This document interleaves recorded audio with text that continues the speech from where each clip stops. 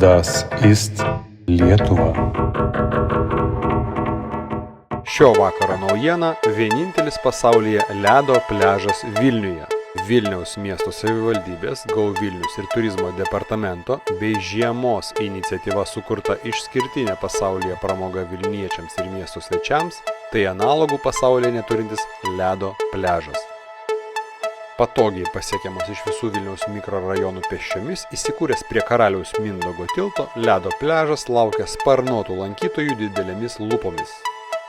Tai bene ilgiausias ledo pliažas pasaulyje, trunkantis net 13 vaizdo sekundžių ir sulaukiantis didelio populiarumo tarp įvairaus ilgio plunksnų skraidytojų.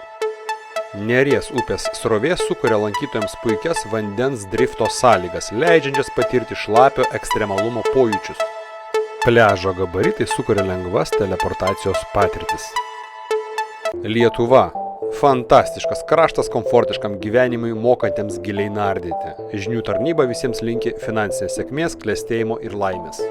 Vilnius – tai miestas, kuriame bent kartą gyvenime verta apsilankyti, patirti džiaugsmo akimirkas ir kad galva susisuktų iš laimės, o mintis kiltų aukštyn. Visiems pozityvo kasdienybėje.